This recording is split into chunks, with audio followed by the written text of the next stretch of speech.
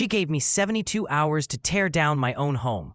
No knock, no hearing, not even a real question, just a deadline and this little smile that said she thought she'd already won. But the second she tried to lock me out of my own cabin, something inside me snapped, something no HOA policy was ever going to control. Maybe you've seen it before too. Some person with a badge and a taste for power who suddenly thinks they're royalty. Yeah, that was Linda Carson in our neighborhood. My name is Daniel Reed. I'm 58, and after 35 years working as a county land inspector in California, all I wanted was peace.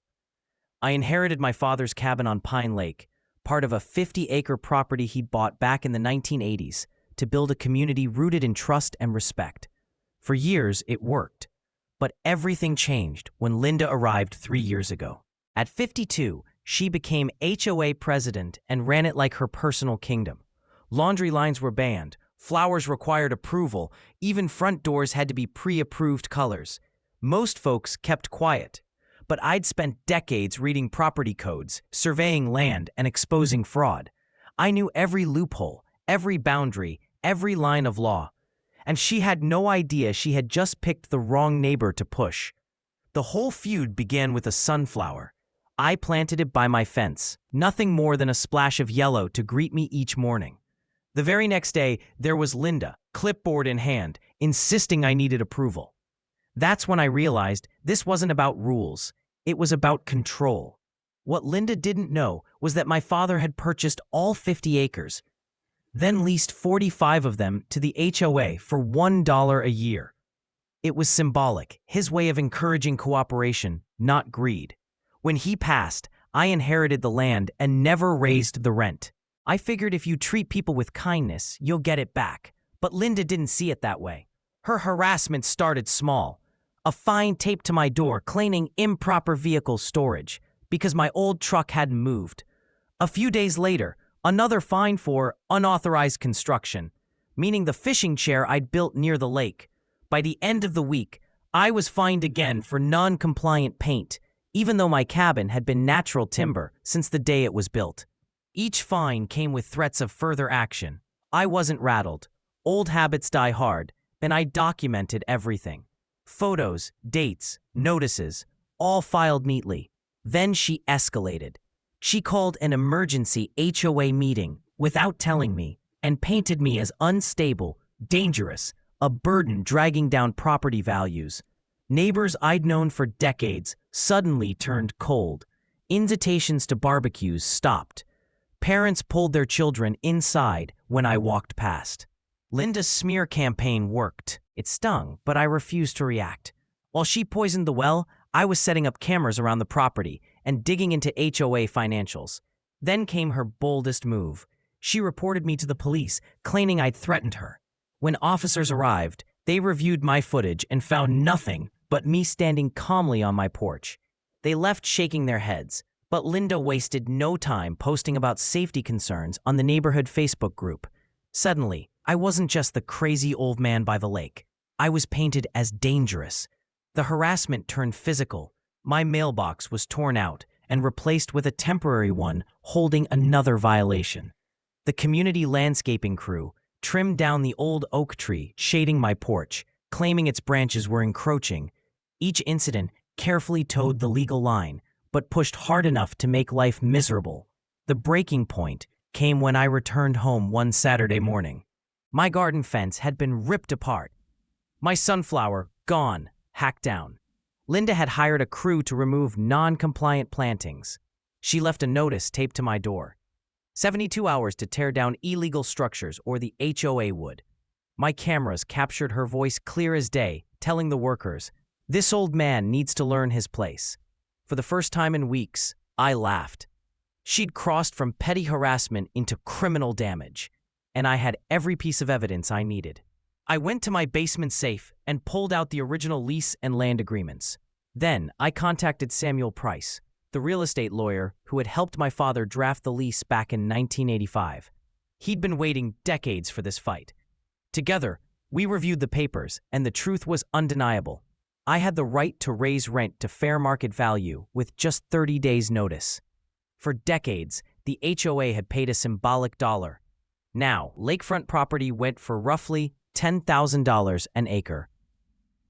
45 acres meant $450,000 a year in rent. But that was only the beginning. While preparing documents, I uncovered years of corruption. The HOA pool and clubhouse had been built without permits on my land. Dues had been doubled illegally with no community vote. Financial reports showed thousands siphoned into Linda's personal projects. I even found forged signatures on board minutes. It was a house of cards. Then the real twist came. Linda's husband, Richard, knocked on my door one evening. He looked broken, eyes red, voice trembling. He admitted he couldn't stand by anymore and handed me a USB drive filled with emails, texts, and internal HOA documents. Proof that Linda had threatened families, rigged votes, and silenced dissent. He told me she wasn't the woman he'd married anymore. She'd become cruel, obsessed with power. With everything in hand, Samuel and I drafted the rent hike, civil suit, and criminal complaint. We also demanded an emergency community meeting. Before it happened, I tipped off a local reporter, Maya Chen, who specialized in exposing abusive HOAs. She dug into Linda's past and discovered she had left another community years ago under similar disgrace. When the meeting came, it was standing room only. Nearly 70 households gathered in the clubhouse. For the first time, I stood before them not as their scapegoat, but as the landowner. I revealed the original deed, explained the lease, and told them the symbolic rent was over.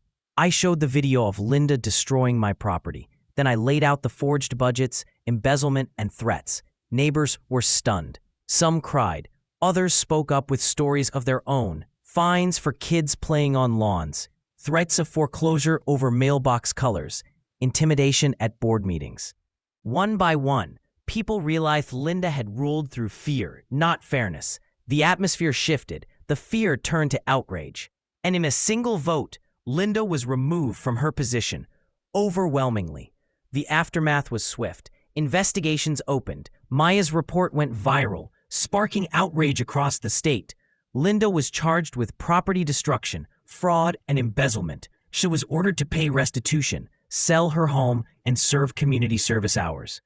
Fittingly, she was assigned to work at a local shelter she once threatened with fines. Her husband stayed, helping repay what she stole, and in time became an ally to the community. New leadership stepped in, committed to transparency and fairness.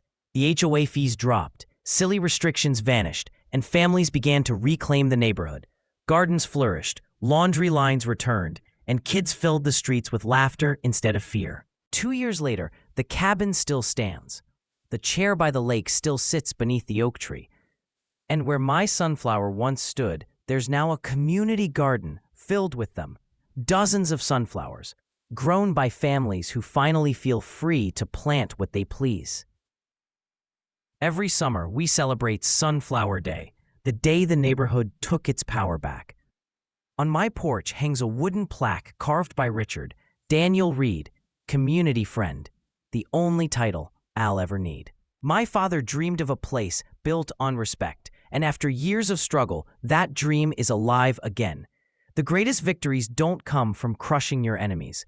They come from building something better from the ruins they leave behind. Linda thought she could turn me into the villain. Instead, she gave me the chance to become the heart of this place. And just like those sunflowers, we've all learned to turn toward the light.